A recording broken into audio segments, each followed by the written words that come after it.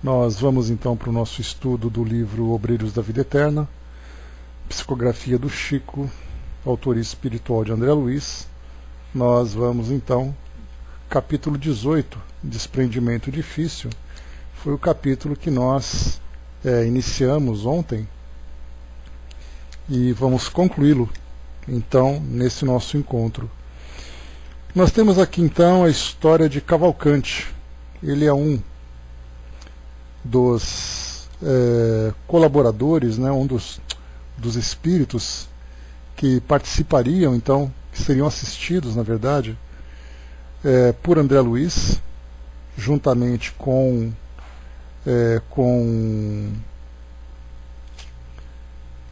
meu Deus, deixa eu pegar aqui o nome dele, com Jerônimo, juntamente com Jerônimo, e já vimos então a história de Dimas, uma história bastante instrutiva, diga-se de passagem.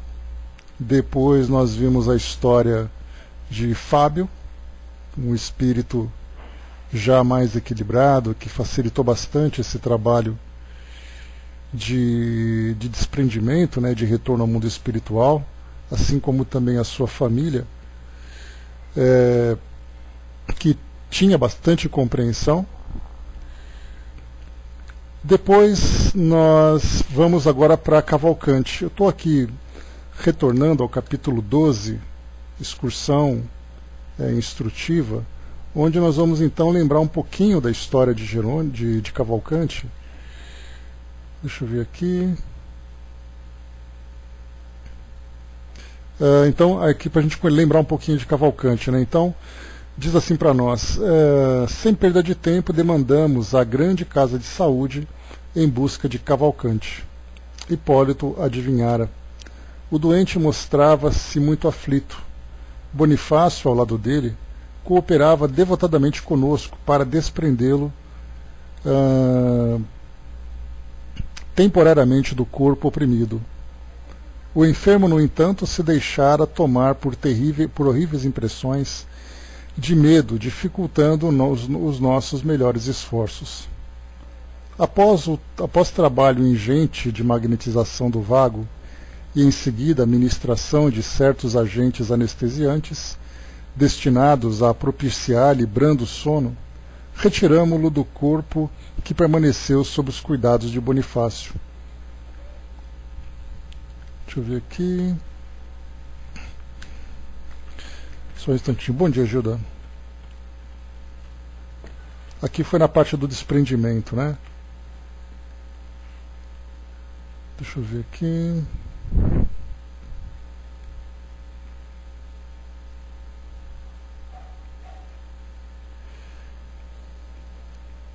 Estou buscando aqui para nós a história de Cavalcante, desde o início, para a gente lembrar um pouquinho do que ele vivenciou.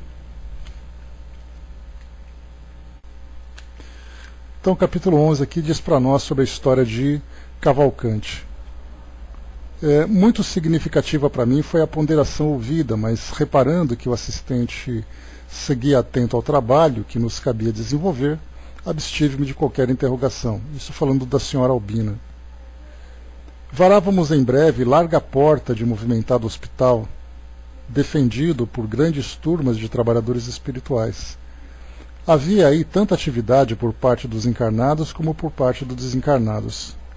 Seguindo, porém, as pegadas de nosso dirigente, não dispensávamos maior atenção aos desconhecidos. Após atravessarmos corredores e salas, alcançamos grande enfermaria de amparo gratuito. A maioria dos leitos ocupados mostrava ao doente e as entidades espirituais que o rodeavam, umas em caráter de assistência defensiva, outras em acirrada perseguição. Desdobraram-se-nos as mais diversas cenas. Prevenindo talvez mais a mim que aos demais companheiros, o dirigente do nosso grupo recomendou: não dispersem a atenção.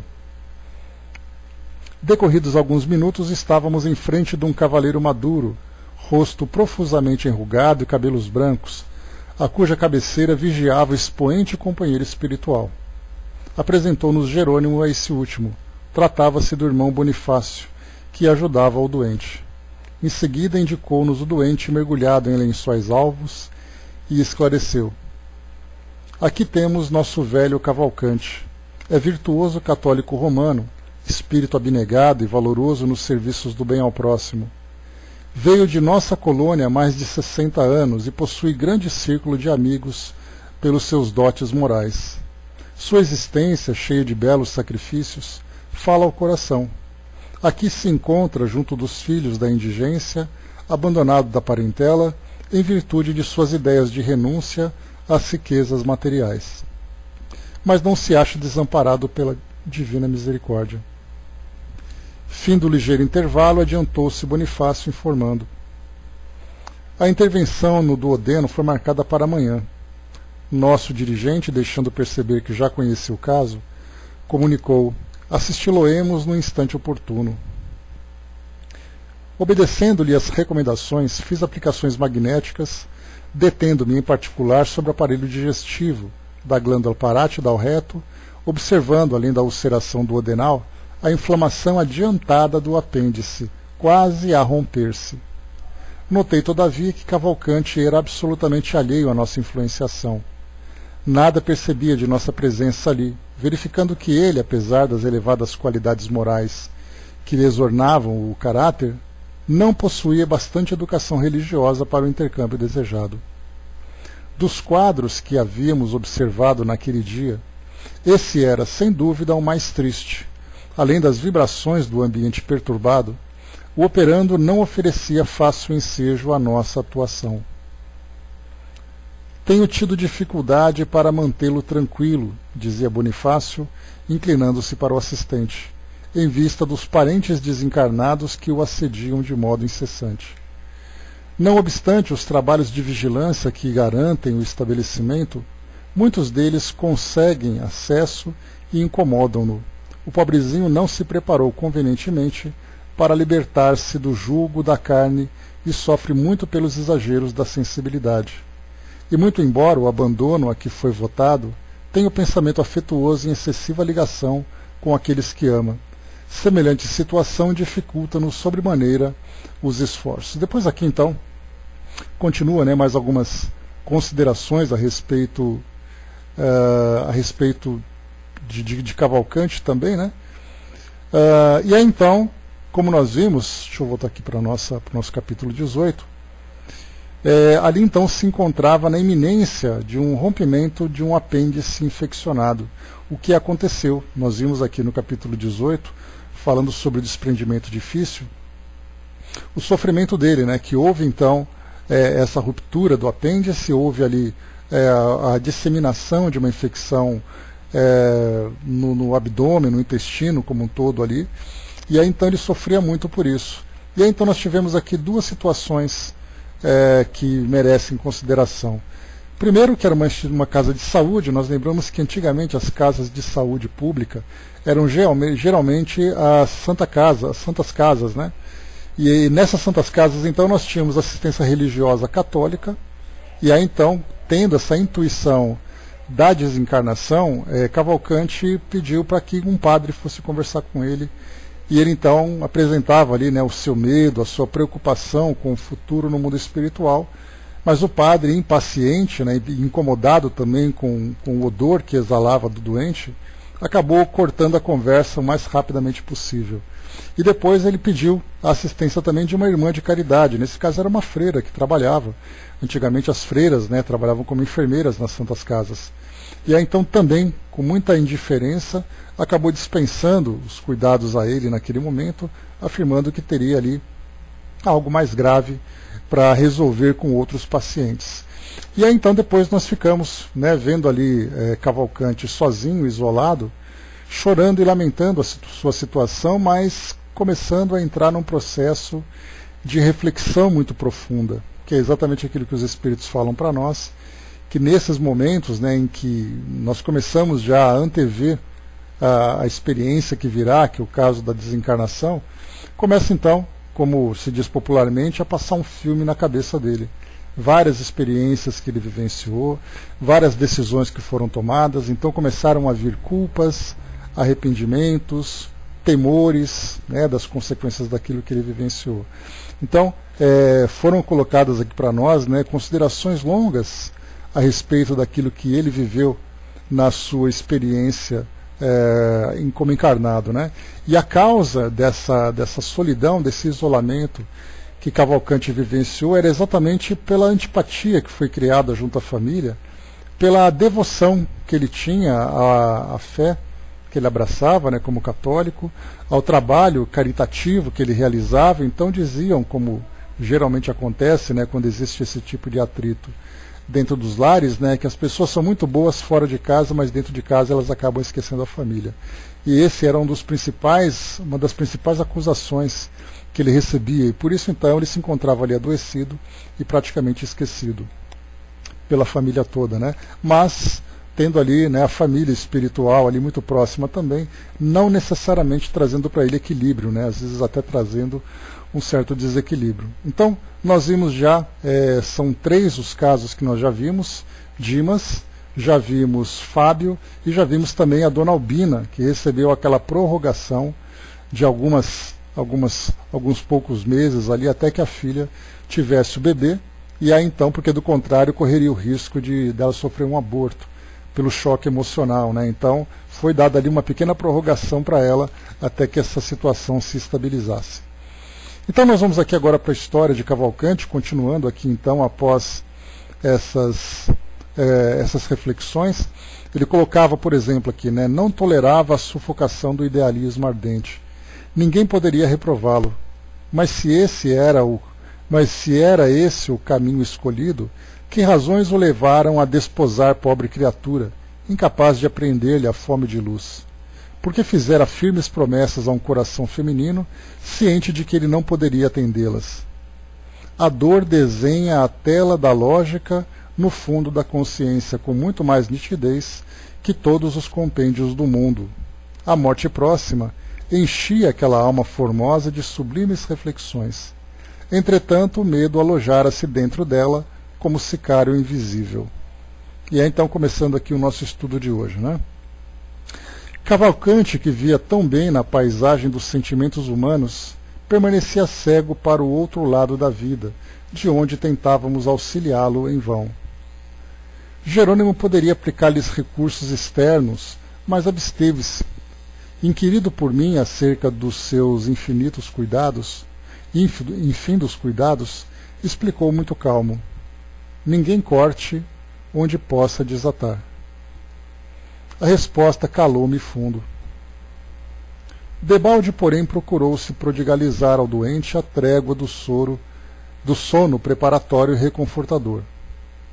Cavalcanti reagia insistente. Sentindo-nos a aproximação e interferência, de leve fazia apressados movimentos labiais, recitando orações em que implorava a graça de ver a companheira antes de morrer. Aqui nós lembramos que um dos recursos que os espíritos utilizam para facilitar a desencarnação é exatamente o recurso do sono, porque o espírito, então, não mais consciente do processo que vai vivenciando, ele então simplesmente não se apega àquela realidade que ele vivia como encarnado, né, e nem ao corpo físico também, o que acontecia aqui com Cavalcanti. Apesar dos esforços dos espíritos, ele resistia.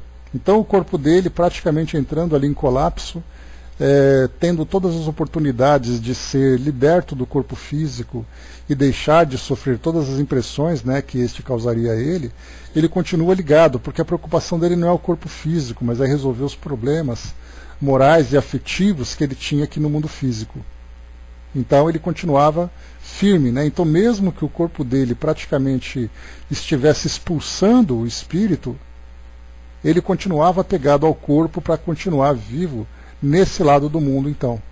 Então essa é uma da grande dificuldade que ele apresentava, né? E nós encontramos também situação semelhante em muitas outras aqui no nosso mundo físico, né? Nós vemos quantos e quantos indivíduos que estão em processo de desencarnação resistem exatamente pelo medo do desconhecido e ao mesmo tempo o medo de perder tudo aquilo que para eles era considerado como a base de suas vidas, né? Então, a grande maioria dos desencarnados resistem arduamente a essa possibilidade de retorno ao mundo espiritual. E esse grande medo, então, mais uma vez, vem exatamente pelo medo do desconhecido.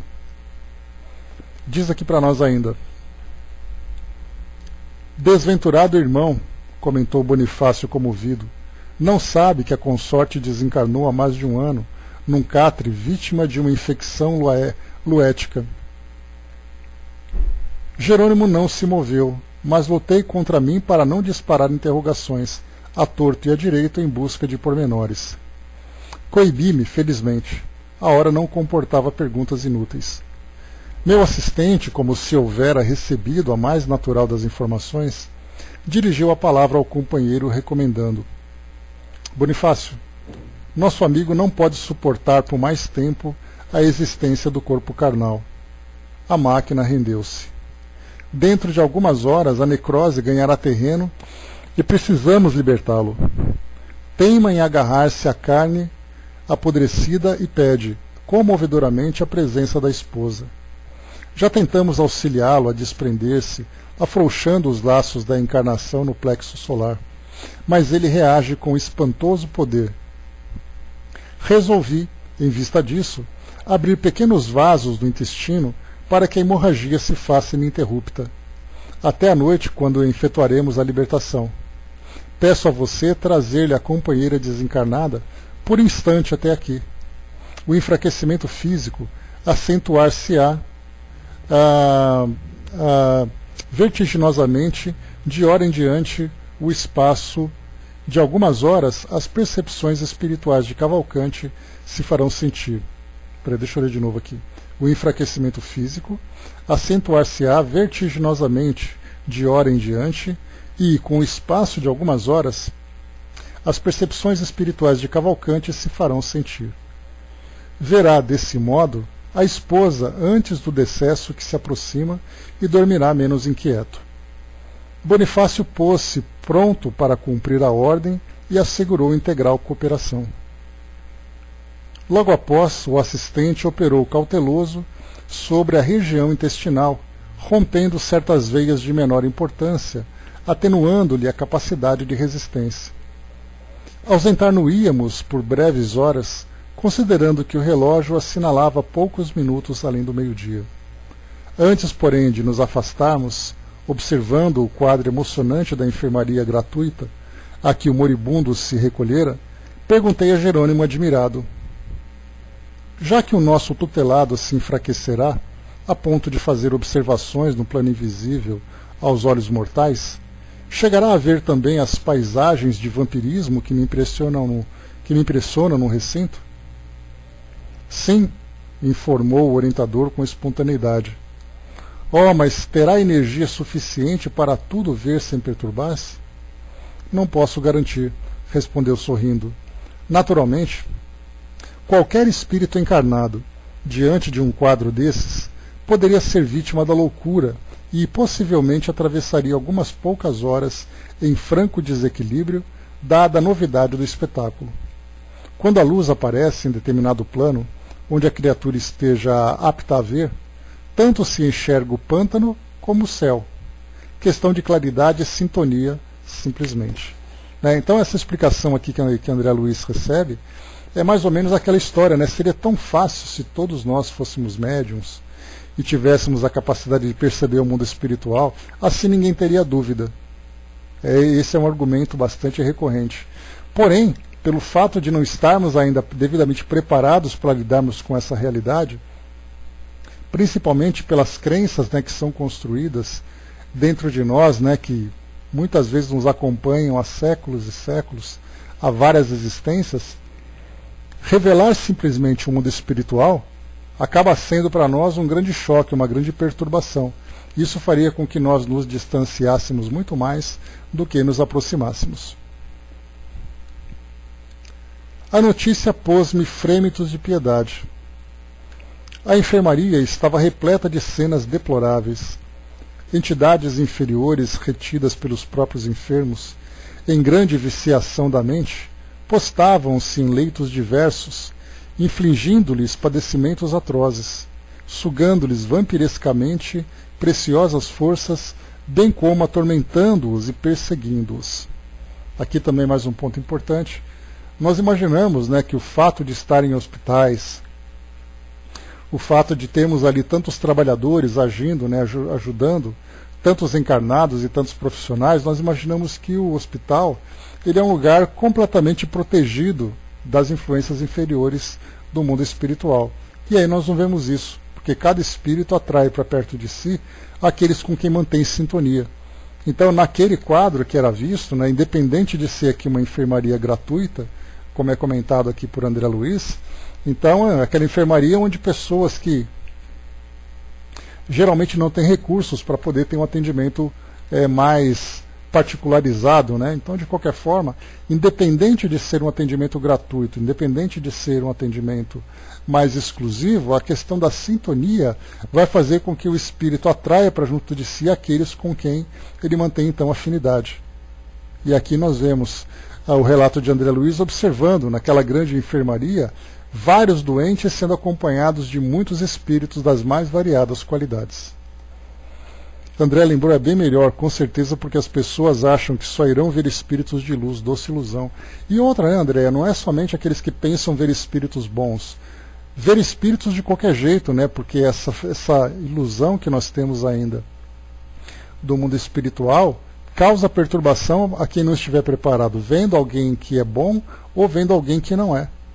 O mundo espiritual por si só já traz para nós um grande medo, uma quantidade insignificativa de dúvidas.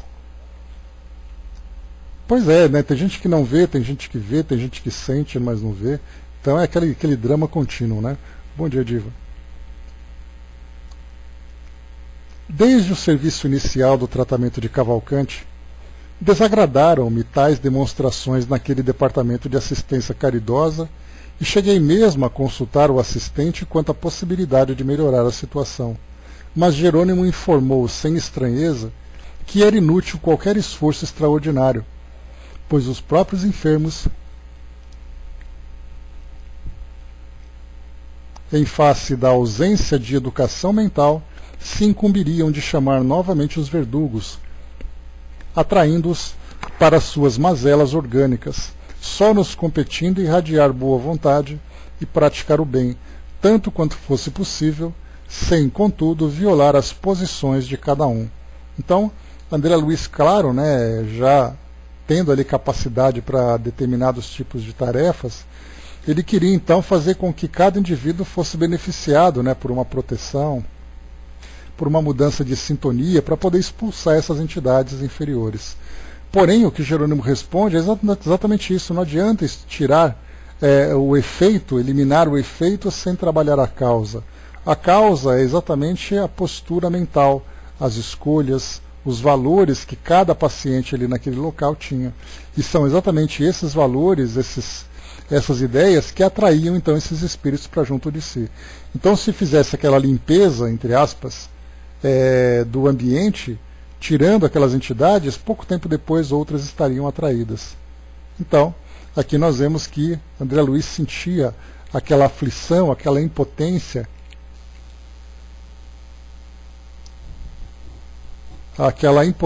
diante do quadro que se apresentava para ele.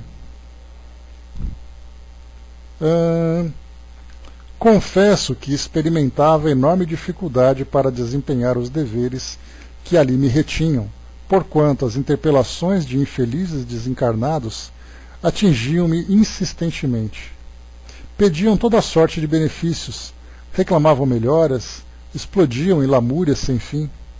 Sereno e forte, meu orientador conseguia trabalhar de mente centralizada na tarefa, inacessível às perturbações exteriores. Quanto a mim, entretanto, não me alcançara ainda semelhante poder. Os pedidos, os lamentos, os impropérios feriam-me a observação, impedindo-me de conservar a paz íntima. Por isso mesmo, ao me retirar, pensei na surpresa amargurosa do moribundo ao se lhe abrir a cortina que lhe velava a visão espiritual. Aguardei curioso o cair da noite, quando, em companhia do orientador, atravessei de volta o pórtico do hospital.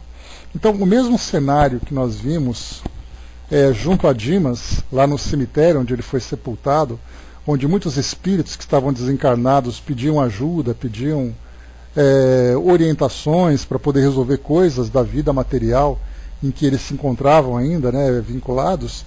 No hospital não foi diferente. Muitos espíritos estavam ainda vinculados não somente aos doentes, mas muitos espíritos também se sentiam doentes, estando naquele local, e aí, então pedindo o tempo todo, ofendendo, discutindo, né, com encarnados, influenciando, discutindo com desencarnados, influenciando encarnados, para poderem ter ali o seu desejo satisfeito. E André Luiz observava isso. Cavalcante avizinhava-se do coma. O sangue alagava lençóis, que eram substituídos repetidamente. O enfraquecimento geral progredia rápido. O agonizante inspirava dó. Abriram-se-lhe certos centros psíquicos no avançado abatimento do corpo, e o infeliz passou a enxergar os desencarnados que ali se encontravam, não longe dele, na mesma esfera evolutiva. Não nos identificava ainda a presença, como seria de desejar, mas observava estarrecido a paisagem interior. Outros enfermos encaravam-no agora amedrontados. Para todos eles, o colega do sofrimento delirava inconsciente. Estarei no inferno ou vivemos em casa de loucos? Bradava, sob horrível tormento moral. Oh, os demônios, vejam o espírito mau roendo as chagas. E de faces contraída, apontava mísero ancião de pernas varicosas. Oh, que diz ele? Prosseguia com um visível espanto. Diz que não é o diabo, afirma que o doente lhe deteve. Que o doente lhe deve. Ouvidos à escuta, silenciava, ansioso por registrar as palavras impensadas e criminosas do algoz desencarnado, mas não conseguindo, desabafava-se em gritos lamentosos, infundindo compaixão. Não fora a fraqueza invencível, ter-se-ia levantado com impulsos de louco. Doentes e enfermeiros, alarmados, optavam pela remoção do moribundo. Tinham medo. Cavalcante desvairava. Consolavam-se, todavia, na expectativa de que a hemorragia abundante pronunciasse termo próximo. Jerônimo ministrou-lhe, então, piedosamente, recursos de reconforto, e o agonizante aquietou-se devagarinho. Então também são muitos os relatos de espíritos nesses momentos finais em que os laços começam então a ficar mais fracos, e ele começa já de certa forma a adentrar o mundo espiritual, ele começar a perceber uma certa movimentação nessa dimensão ali em torno dele. E aí então ele começa a conversar com pessoas, começa a falar de coisas que está vendo, de indivíduos, de espíritos que estão próximos, né? E claro, isso é atribuído simplesmente ao delírio do paciente, porque os profissionais, esses profissionais voltados ainda para o pensamento muito materialista, acabam não levando em consideração essa possibilidade. E como geralmente acontece também, né, o indivíduo, quando ele começa a chegar nesse ponto em que já começa a vivenciar as experiências da desencarnação, ele também começa a sofrer influências, né, porque o seu corpo começa a apresentar reações que liberam toxinas que afetam o cérebro. Então ele começa a ter delírios, ele começa a ter ali visões, muitas vezes lembranças do passado afloram também, essa visão espiritual surge ao mesmo tempo. Então é aquela quantidade enorme de informações que vão ocorrendo, e a situação dele não traz a lucidez necessária para fazer essa análise. Então, na verdade, ele vai falando aquilo que ele vê, e quem está próximo fica ali, como no caso dos pacientes, vendo ele gritar que eram demônios e tudo mais, prefere então se afastar. Jerônimo ministrou-lhe, então, piedosamente, recursos de reconforto, e o agonizante aquietou-se devagarinho. Não se passou muito tempo e Bonifácio entrou conduzindo o verdadeiro fantasma. A ex-consorte, convocada à cena, Assemelhava-se em tudo à sombra espectral. Não via o nosso cooperador, mas obedecia-lhe à ordem. Penetrou o recinto, arrastando-se quase. Satisfazendo o guia, automaticamente, veio ter ao leito de Cavalcante, fitou-o com intraduzível impressão de horror e gritou longamente, perturbando-lhe a hora de alívio. O moribundo voltou-se e viu-a. Alegre sorriso estampou-se-lhe no encaveirado rosto. Pois és tu, Bela? Graças a Deus não morrerei sem pedir-lhe desculpas. A ternura com que se dirigia a tão miserável figura causava compaixão. Isso lembrando, que um dos desejos finais dele, ao padre com quem ele falou, era exatamente poder pedir perdão para a esposa por não ter sido ali um bom marido, um bom pai, pelo fato exatamente de se dedicar demais a essas atividades beneficentes. Então ele não soube dosar exatamente aquilo que ele deveria fazer fora de casa, os compromissos domésticos. Eis então que ele acabou depois sendo abandonado pela família nessas condições de desprezo, de esquecimento. A ternura com que se dirigia a tão miserável figura causava compaixão. A esposa beirou-se do leito tentando ajoelhar-se. Ouvindo-o assombrada, retrucou aflita: Joaquim, perdoa-me, perdoa-me. Perdoar-te de quê? Replicou ele, buscando inutilmente afagá-la. Eu sim fui injusto contigo, abandonando-te ao léu da sorte. Por favor, não me queiras mal. Não te pude compreender noutro tempo e facilitei-te o passo em falso, colaborando impensadamente para que te precipitasses em escuro despenhadeiro. Não entendi o problema doméstico tanto quanto devia. Hoje, porém, que a morte me busca, desejo a paz da consciência. Confesso minha culpa e rogo-te perdão. Desculpa-me. Falava vencendo enormes obstáculos. No entanto, notava-se que aquele entendimento lhe fazia imenso bem. A mente apaziguara-se-lhe, contemplava a esposa reconhecido, quase feliz. Ó Joaquim, suplicou a mísera, perdoa-me, nada tenho contra ti. O tempo ensinou-me a verdade. Sempre foste meu leal amigo e dedicado marido. O moribundo escutou-a, esboçando expressão fisionômica de intensa alegria. Fitou-a em êxtase totalmente modificado e murmurou: Agora estou satisfeito, graças a Deus. Nesse instante, o mesmo médico que víramos pela manhã avizinhou-se do leito para a inspeção noturna, acompanhado de diligente enfermeira. Chamado por ele, voltou-se Cavalcante e, pondo na boca todas as forças que lhe restavam, notificou feliz: Veja, doutor, minha esposa chegou, enfim. E, interessado em conquistar a atenção do interlocutor, prosseguia: Estou contente, conformado. Mas minha pobre Bela parece enferma, abatida. Ajude-a, pelo amor de Deus. Relanceando em seguida o olhar pela extensa enfermaria e fixando os quadros tristes entre encarnados e desencarnados, inquiriu: Por que motivo tantos loucos foram internados aqui? Olhem aquele, parece sufocar o infeliz.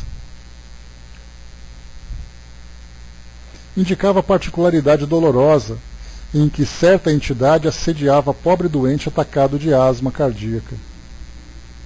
O médico, no entanto, contemplou-o compadecido e disse à servente: É o delírio, precedendo o fim. Entre mentes, Jerônimo recomendou a Bonifácio retirasse a sombria figura da ex-consorte de Cavalcante, acentuando: Não nos convém doravante a permanência de semelhante criatura. Já cumpriu as obrigações que a trouxeram aqui e ainda possui numerosos credores à espera. A desventurada reagiu procurando ficar, mas Bonifácio empregou força magnética mais ativa para alcançar o objetivo necessário. Reparando, porém, que a ex-companheira se afastava aos gritos, o agonizante pôs-se a bradar alucinado. Volta, Bela, volta! Esforçou-se o clínico por trazê-lo à esfera de observações que lhe era própria, mas debalde. Cavalcanti continuava invocando a presença da esposa em voz rouquenta, opressa e sumida. O médico abanou a cabeça e exclamou quase num sussurro: é impossível continuar assim. Será aliviado. Jerônimo penetrou-lhe o íntimo porque passou a mostrar extrema preocupação, comunicando-lhe gravemente: beneficiemos o moribundo por nossa vez empregando medidas drásticas. O doutor pretende impor-lhe fatal anestésico. Atendendo-lhe a ordem, segurei a fronte do agonizante ao passo que ele lhe aplicava passes longitudinais, preparando o desenlace. Mas o teimoso amigo continuava reagindo. Bom dia, olhos. Não, exclamava mentalmente, não posso morrer. Tenho medo, tenho medo. O clínico, todavia, não se demorou muito, e como o enfermo lutava desesperado em oposição ao nosso auxílio, não nos foi possível aplicar-lhe golpe extremo. Sem qualquer conhecimento das dificuldades espirituais, o médico ministrou a chamada injeção compassiva, entre aspas aqui tudo, ante o gesto de profunda desaprovação do meu orientador. Então começamos a ver aqui então a prática da eutanásia. Então esse anestésico, essa injeção compassiva, vem exatamente acelerar o processo de desencarnação. E foi então aqui, como nós vimos, reprovado por Jerônimo. Em poucos instantes o moribundo calou-se. Inteiriçaram-lhe os membros vagarosamente, imobilizou-se a máscara facial, fizeram-se vítreos os olhos móveis. Cavalcanti, para o espectador comum, estava morto. Não para nós, entretanto. A personalidade desencarnante estava presa ao corpo inerte, em plena inconsciência e incapaz de qualquer reação. Sem perder a serenidade otimista, o orientador explicou-me: a carga fulminante da medicação de descanso pode atuar diretamente em todo o sistema nervoso, interessa os centros de organismo espiritual. Cavalcanti permanece agora colado a trilhões de células neutralizadas, dormentes, invadindo ele mesmo de estranho torpor que o impossibilita de dar qualquer proposta ao nosso esforço. Provavelmente, só podemos libertá-lo depois de decorridas mais de 12 horas.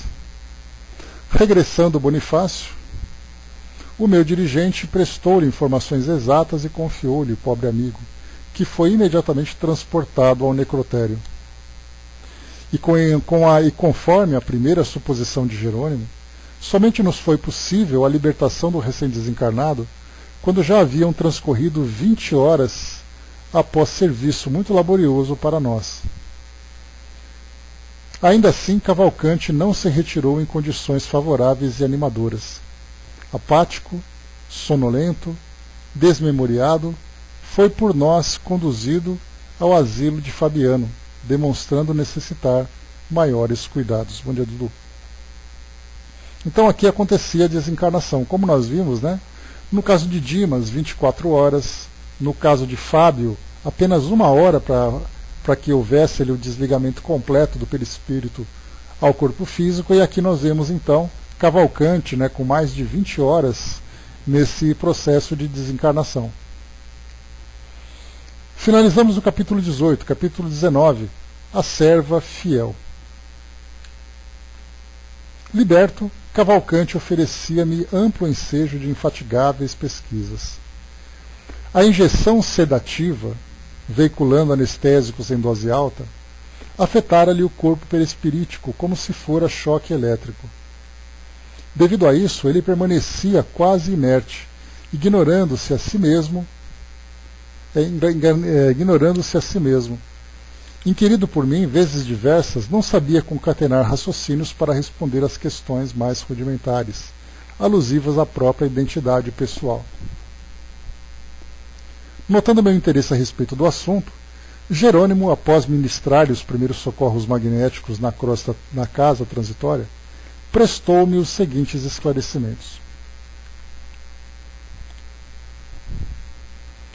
Qualquer droga no campo infinitesimal dos núcleos celulares se faz sentir pelas propriedades elétricas específicas. Combinar aplicações químicas com as verdadeiras necessidades fisiológicas constituirá efetivamente o escopo da medicina no porvir. O médico do futuro aprenderá que todo remédio está saturado de energias eletromagnéticas em seu raio de ação. É por isso que o veneno destrói as vísceras e o entorpecente modifica a natureza das células em si, impondo-lhes incapacidade temporária. A gota medicamentosa tem princípios elétricos, como também acontece às associações atômicas que vão recebê-la. Segundo sabemos, em plano algum da natureza, age aos saltos. O perispírito, formado à base de matéria rarefeita, mobiliza igualmente trilhões de unidades unicelulares da nossa esfera de ação, que abandonam o campo físico saturadas de vitalidade que lhe é peculiar. Daí os sofrimentos e angústias de determinadas criaturas, além do decesso. Ou seja, não é somente a morte que faz com que o indivíduo sinta, mas toda a influência espiritual que acaba então acontecendo no momento em que o espírito está desencarnando.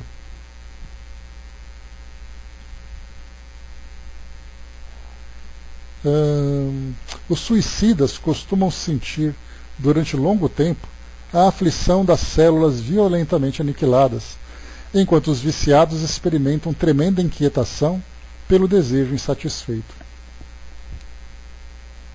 A elucidação era lógica e humana. Fui compreendendo, por minha vez, pouco a pouco, a importância do desapego às emoções inferiores para os homens e mulheres encarnados na crosta terrestre. Na crosta. Matéria e espírito, vaso e conteúdo, forma e essência, confundiam-se aos meus olhos como a chama da vela e o material incandescente. Integrados um no outro, produziriam a luz necessária aos objetivos da vida. O exame nos casos de morte trouxera-me singular enriquecimento no setor da ciência mental. O espírito, eterno nos fundamentos, vale-se da matéria, transitória nas associações, como material didático sempre mais elevado no curso incessante da experiência para a integração com a divindade suprema. Vai com Deus, olhos. Prejudicando a matéria, complicaremos o quadro dos serviços que nos é indispensável e estacionaremos em qualquer situação, a fim de restaurar o patrimônio sublime posto à nossa disposição pela bondade imperecível.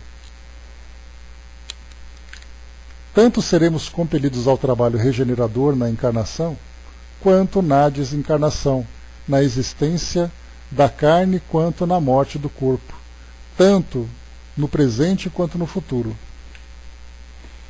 Ninguém se coloca vitorioso no cume da vida eterna sem aprender o equilíbrio com que deve elevar-se. Daí as atividades complexas do caminho evolutivo, as diferenciações inumeráveis, a multiplicidade das posições, as escalas da possibilidade e os graus da inteligência nos variados planos da vida.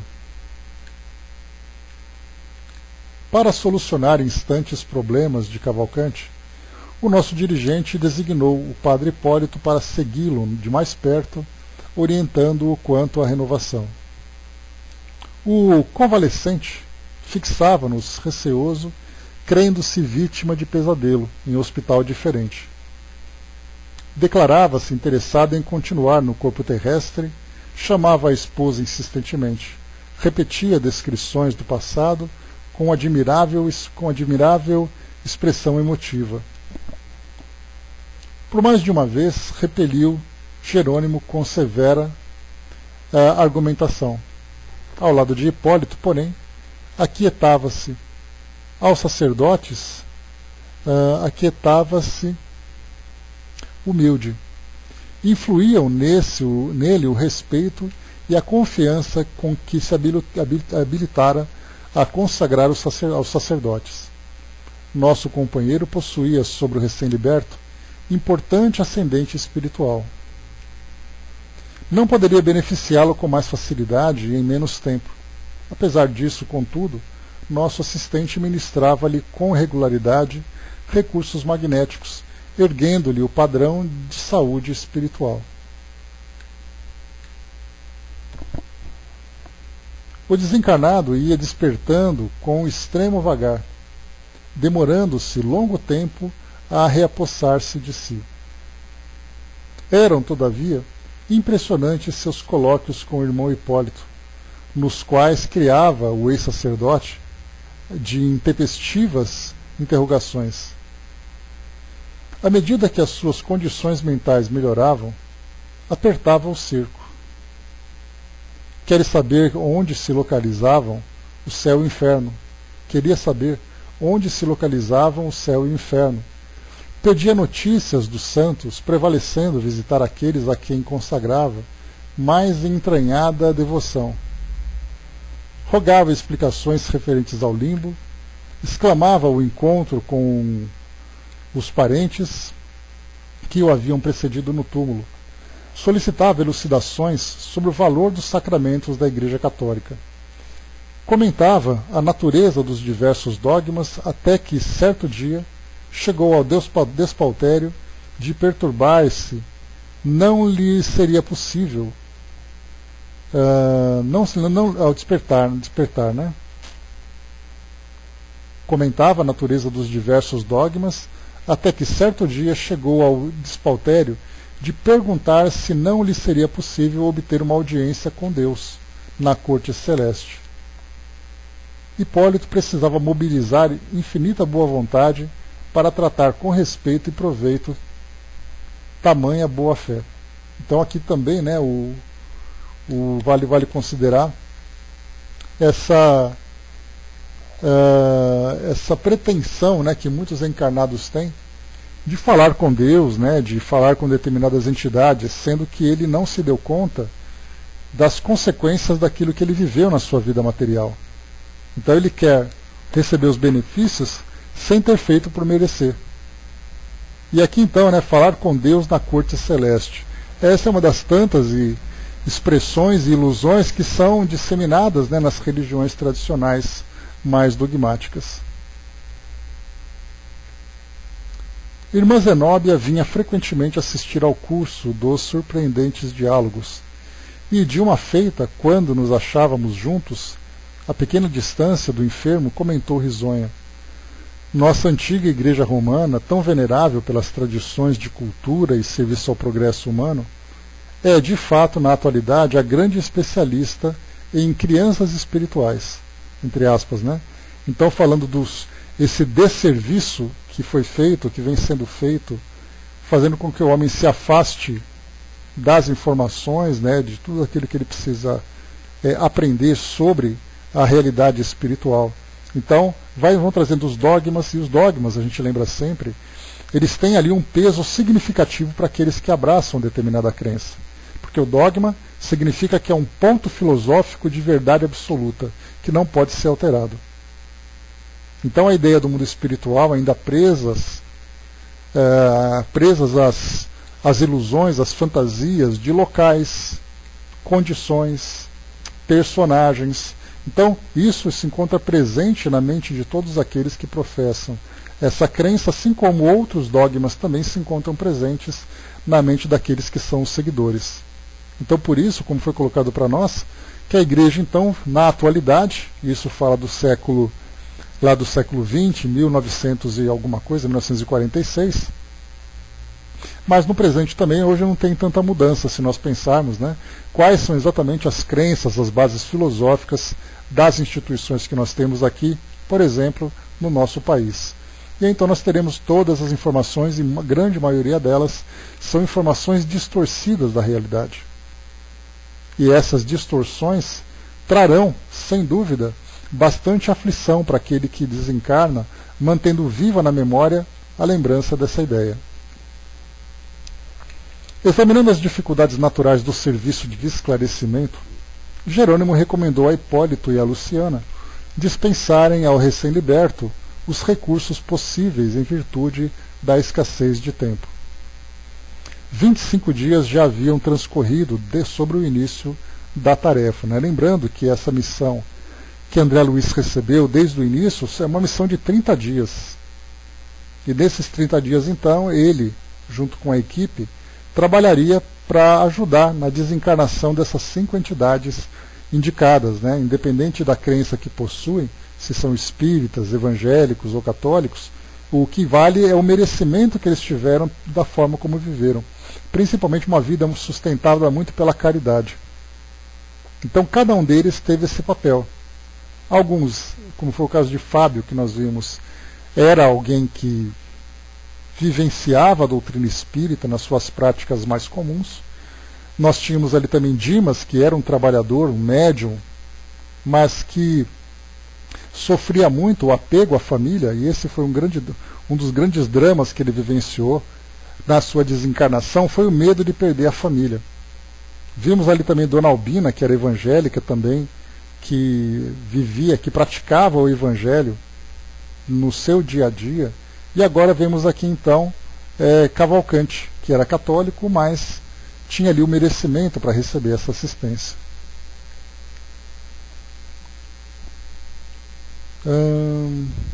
A irmã Zenóbia vinha frequentemente assistir ao curso dos surpreendentes diálogos, né, que nós já vimos, tá? 25 dias já haviam transcorrido sobre o início da tarefa.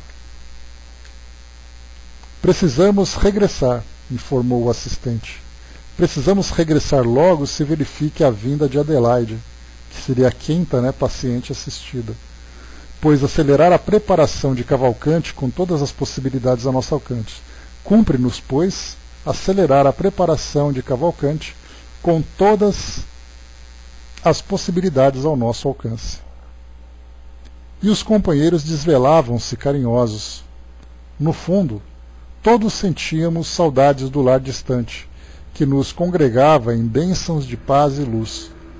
O próprio Fábio, equilibrado e bem disposto, colaborava para a solução do assunto, suspirando pela penetração nos santuários de mais alto. Lembrando que Fábio, ele teve uma desencarnação rápida, ele sofria de tuberculose, e nessa desencarnação rápida, os laços foram rompidos em aproximadamente 1 hora, e aí então, voltando ao mundo espiritual, voltando em especial à colônia, à casa transitória de Fabiano, ele rapidamente então começou já a buscar ali oportunidades de servir, a conhecer o local. Como eu falei para vocês, muitos espíritos que desencarnam sem essa consciência passam essa primeira fase da desencarnação se reequilibrando, resolvendo os problemas, aprendendo sobre aquilo que está vivenciando após desencarnação, recebem ali os devidos tratamentos.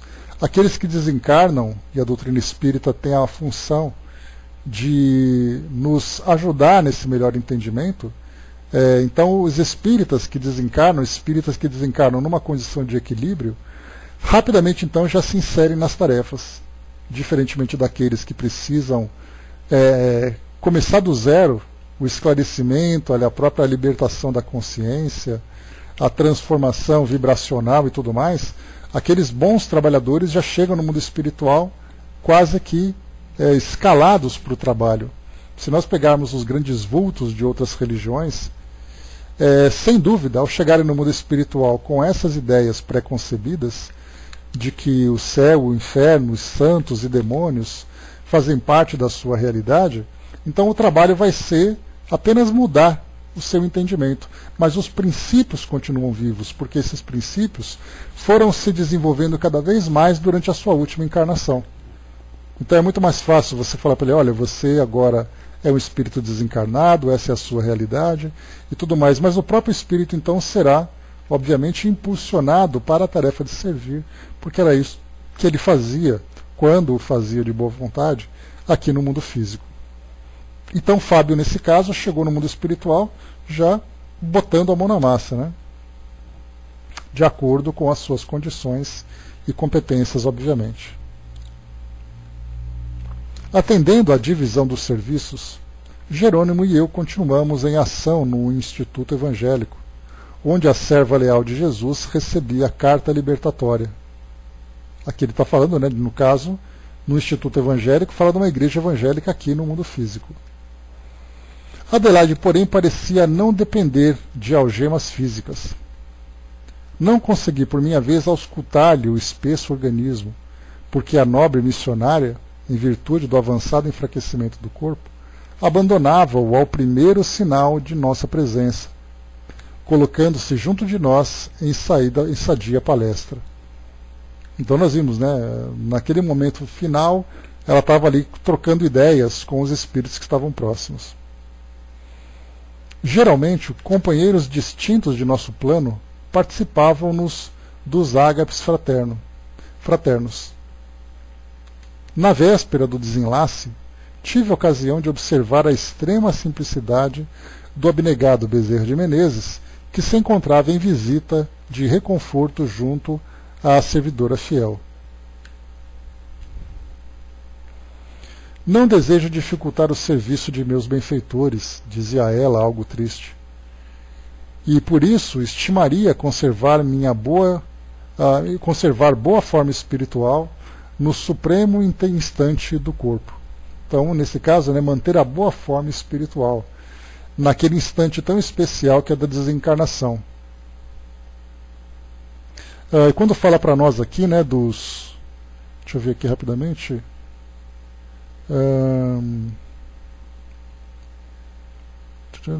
Aqui rapidinho.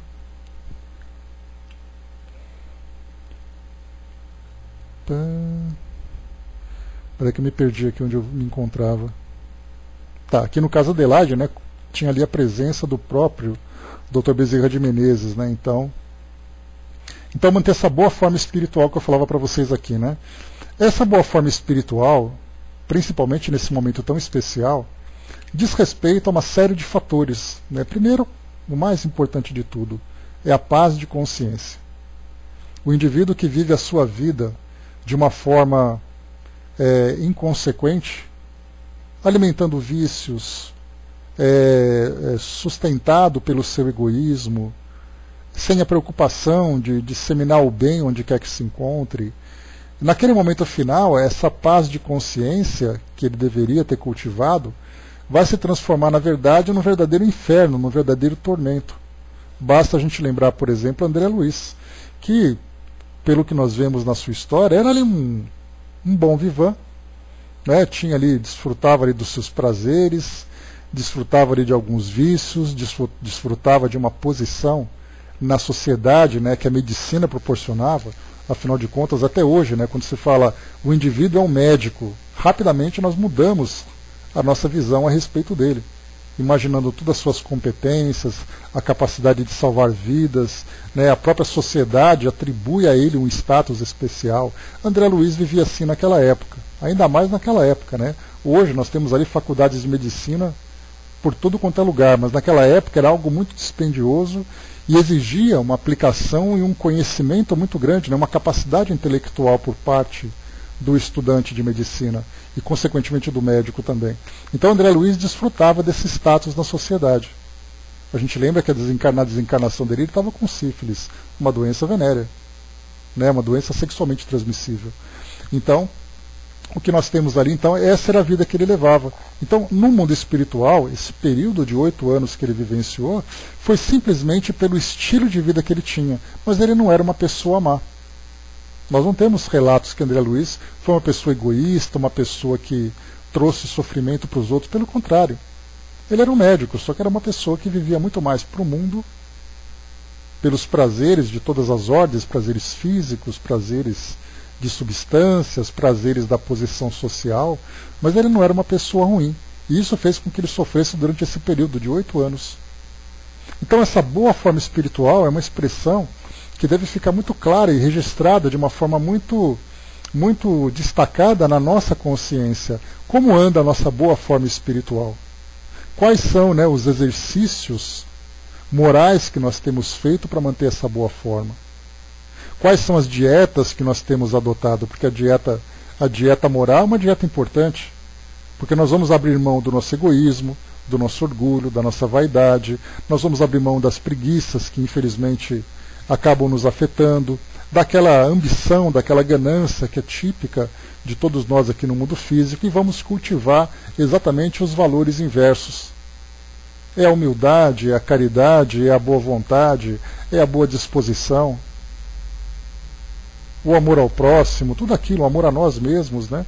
Então, essa boa forma espiritual, aliás, seria interessante, né? Essa expressão boa forma espiritual viraria rapidamente o título de um grande seminário, onde nós poderíamos ter ali vários palestrantes abordando os mais variados aspectos dessa prática.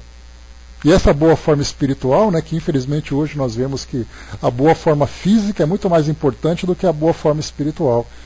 Enquanto nós temos ali academias que zelam pela nossa forma física, nós temos as instituições filosóficas espirituais, né, espiritualistas, que zelam pela nossa boa forma espiritual. Mas nós damos muito mais valor para a forma física do que para a espiritual. Então, por isso, mais uma vez, como foi colocada pela própria Adelaide, né? Não desejo dificultar o serviço de meus benfeitores, dizia ela algo triste, e por isso estimaria conservar boa forma espiritual no supremo instante do corpo. Naquele momento mais especial é quando essa boa forma vai trazer para nós ali o seu efeito. Ora, Adelaide, considerou o apóstolo da caridade, morrer é muito mais fácil que nascer. Para organizar, na maioria das circunstâncias, são precisos geralmente infinitos cuidados. Para desorganizar, contudo, basta por vezes leve empurrão. Em ocasiões como essa, a resolução é quase tudo. Ajude a você mesma, libertando a mente dos elos que a imantam a pessoas, acontecimentos, coisas e situações da vida terrena. Não se detenha. Quando for chamada, não olhe para trás. Olha que dica, né, importante, essa orientação que ela recebe nesse momento capital. Porque muitas vezes quando vamos desencarnar vem aquele medo, né? E não é assim, o apego ao mundo físico, quando nós falamos, geralmente, né, nós lemos, nós falamos também, o apego ao mundo físico não diz respeito a viciações, a algo negativo. Muitas vezes nós trabalhamos a vida toda para conquistar um patrimônio, né? Então quando nós vamos desencarnar, o medo de perder aquilo que foi conquistado com tanto sacrifício é algo que nos afeta. Eu também, André, isso aqui é coisa para colocar na geladeira para deixar para todo dia ser olhado assim, né? Mantenha a boa forma espiritual. Para deixar ali toda no painel do carro, na geladeira, no espelho do banheiro. Mantenha a boa forma espiritual para a gente sair para a rua, para a gente acordar e para a gente dormir, para trabalhar arduamente, para manter esse estado, né, de equilíbrio mental e de equilíbrio moral, principalmente, né?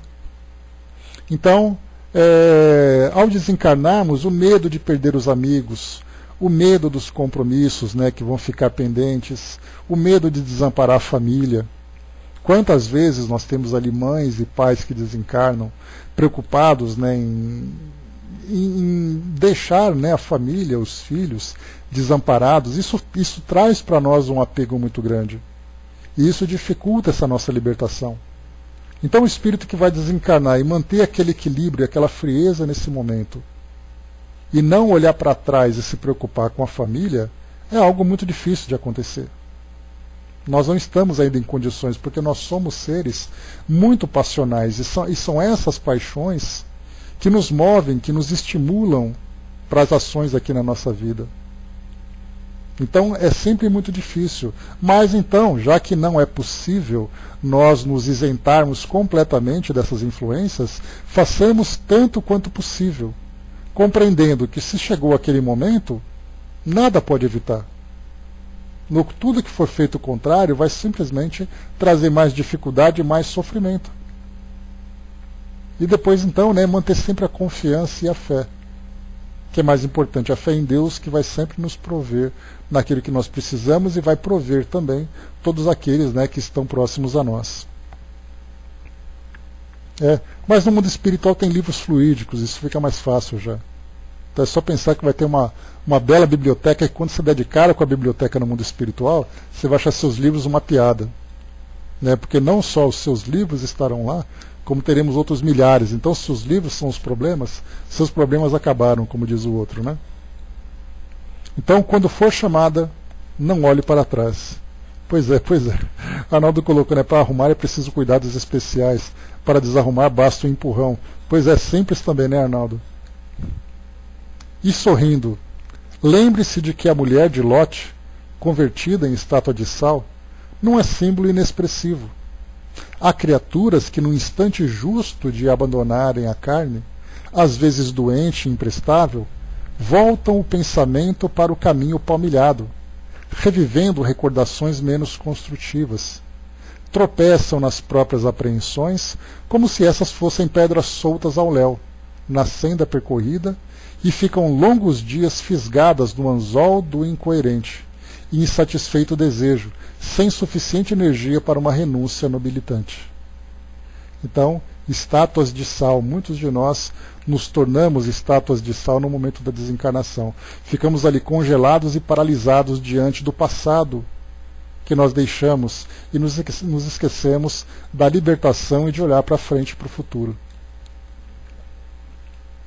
Essa parte em especial de Adelaide é para nós uma verdadeira lição de desencarnação. Né? Espero, asseverou a interlocutora em tom grave, que os amigos me auxiliem. Sinto-me socorrida, amparada, mas tenho medo de mim mesma. Ou seja, tem consciência do que precisa ser feito, mas tem medo de não ter força suficiente para manter aquele equilíbrio. Preocupada assim, minha amiga? Tornou um antigo médico satisfeito. Não vale a pena. Compreendo-lhe, todavia, a ansiedade. Também passei por aí. Olha só, hein, Dr. Bezerra de Menezes também passou por essa dificuldade. Creia, entretanto, que a lembrança de Jesus ao pé de Lázaro foi ajuda certa ao meu coração, em transe igual. Busquei insular-me, cerrar ouvidos a chamamentos do sangue, fechar os olhos à visão dos interesses terrenos, e a libertação, afinal, deu-se em poucos segundos. Pensei nos ensinamentos do Mestre a chamar Lázaro de novo à existência e recordei-lhe as palavras: Lázaro, sai para fora. Centralizando a atenção na passagem evangélica, afastei-me do corpo grosseiro sem obstáculo algum. A simplicidade do narrador encantava. Adelaide sorriu, sem, no entanto, disfarçar a preocupação íntima. Valendo-se da pausa, Jerônimo aduziu. Aliás, cumpre-nos destacar as condições excepcionais em que partirá nossa amiga. Em tais circunstâncias, apenas lastimo aqueles que se agarram em demasia aos caprichos carnais. Para esses, sim, a situação não é agradável, porquanto o semeador de espinhos não pode aguardar colheita de flores. Os que se consagram à preparação do futuro com a vida eterna, através de manifestações de espiritualidade superior, instintivamente aprendem todos os dias a morrer para a existência inferior. Então, cada dia para nós é um dia de renovação, é um renascimento. Aquilo que Santo Agostinho traz para nós, lá no Livro dos Espíritos, falando sobre colocar a cabeça no travesseiro, fazer uma reflexão, no dia seguinte se tornar cada vez melhor, é para nós sempre um dia de renovação.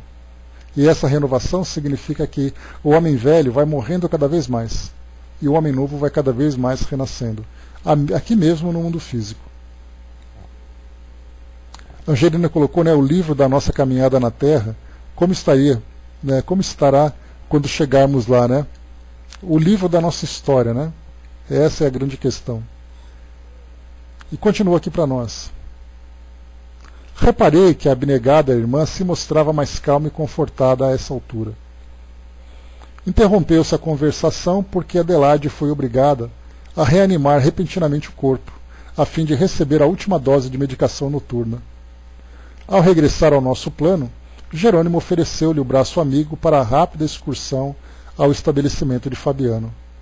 A irmã Zenóbia desejava vê-la antes do desenlace, a grande orientadora do asilo errático. Admirava-lhe os serviços terrestres e por mais de uma vez valeu-se de seu fraternal concurso em atividades de regeneração e esclarecimento. Adelaide acompanhou-nos contente. Então, por enquanto, aqui Adelaide se encontra em emancipação, em desdobramento, enquanto os eventos biológicos iam ir acontecendo para sua desencarnação. Em breves minutos, recebidos pela administradora, como que se repetia a mesma palestra de minutos antes, apenas com a diferença de que Zenóbia tomara a posição reanimadora do devotado Bezerra. A bondosa discípula de Jesus, em vias de retirar-se da crosta, era alvo do carinho geral. Depois de considerações convincentes por parte de Zenóbia, que se esmerava em ministrar-lhe bom ânimo, Adelaide humilde expôs-lhe as derradeiras dificuldades. Ligara-se fortemente à obra iniciada nos círculos carnais e sentia-se estreitamente ligada não somente à obra, mas também aos amigos e auxiliares. Por força de circunstâncias imperiosas, acumulava funções diversas no quadro geral dos serviços. Novidade, né? Um trabalhador que se envolve numa determinada atividade desempenhar várias tarefas ao mesmo tempo, né? Então com Adelaide aqui não foi diferente. Possuía toda uma equipe de irmãs dedicadíssimas que colaboravam com sincero desprendimento e alto valor moral no amparo à infância desvalida. Se estimava profundamente as cooperadoras, era igualmente muito querida de todas elas. Como se haveria ante as dificuldades que se agravavam? No íntimo estava preparada, no entanto reconhecia a extensão e a complexidade dos óbices mentais. Seu quarto de dormir, na casa terrena, semelhava a redoma de pensamentos retentivos a interceptarem a saída. Quanto menos se via presa ao corpo, mais se ampliava a exigência dos parentes como portar-se ante essa situação. Como fazer-lhes sentir a realidade? Enlaçara-lhe em vastos compromissos, tornara-se involuntariamente a escória espiritual de muitos. Entretanto, ela mesma reconhecia a imprestabilidade do aparelho físico. A máquina fisiológica atingira o fim. Não conseguiria manter-se, ainda mesmo que os valores intercessórios lhes conseguissem prorrogação de tempo. Olha só então os motivos que fazem com que Adelaide se prenda ao corpo físico. O trabalho assistencial que ela realizava, as tarefas que ela tinha que cumprir, a quantidade de gente que, na interpretação dela, dependia da sua presença, da sua atenção, dos seus cuidados. Uma instituição para crianças, com vários trabalhadores em que ela era responsável. Ela desencarnava, estava desencarnando, preocupada em deixar essas tarefas para trás. Não era nada egoísta. Era uma preocupação legítima. Por isso eu comentei com vocês que muitas vezes nós nos prendemos aqui à realidade do mundo físico não por má intenção. É com a melhor das intenções na nossa interpretação. Nós temos realmente uma preocupação, um interesse em fazer com que as coisas, as pessoas, as atividades, as instituições funcionem da melhor forma. Exatamente essa responsabilidade, esse compromisso. Alguém que trabalha numa instituição comprometida com a causa verdadeira não quer se distanciar, por mais consciente que seja. A orientadora escutou-a atenta qual médico experimentado em face de doente aflito e observou por fim. Reconheço os obstáculos, mas não se amofine. A morte é o melhor antídoto da idolatria. Com a sua vinda, operar-se-á a necessária descentralização do trabalho, porque se dará a imposição natural de novo esforço a cada um. Lembre-se, minha amiga, pela transformação que ocorrerá dentro em pouco. Reanime-se, sobretudo, para que a sua situação se reajuste naturalmente, sem qualquer ponto de interrogação, ao término da existência atual. Silenciou durante alguns momentos e notificou em seguida. temos ainda a noite de amanhã. Aproveitá-la-ei para dirigir-me aos seus colaboradores em apelo à compreensão geral. Amigos nossos contribuirão para que se reúnam em assembleia como se faz indispensável. A visitante agradeceu penhorada. Prosseguimos na mesma vibração de cordialidade, mas Zenóbia modificou o rumo da palestra. Rapidamente aqui um pouquinho, só ver quanto que falta. Temos ainda aqui algumas páginas para estudarmos, né? Deixa eu voltar rapidamente aqui. Só um instantinho para a gente finalizar. 5 ou 6 por aí. Então não vai dar para a gente fazer hoje, né? Senão vai demorar muito. Dependendo do tema que a gente pegar aqui, o assunto pode esticar um pouco mais, né? Mas de qualquer forma, né?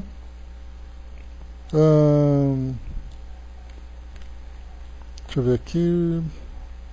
Bom, aqui então, né, nós paramos nesse ponto, página 161 aqui nesse parágrafo final, e amanhã a gente continua a partir dele, né? E porque aqui agora, né, Zenóbia então vai tratar com Adelaide, que se encontrava emancipada, para tarefas assistenciais agora fora daquilo que ela estava vivenciando na sua experiência pessoal, né? Então fica aqui, né, o nosso convite, né, para amanhã nós continuarmos a partir desse ponto, para já chegarmos nessas páginas finais.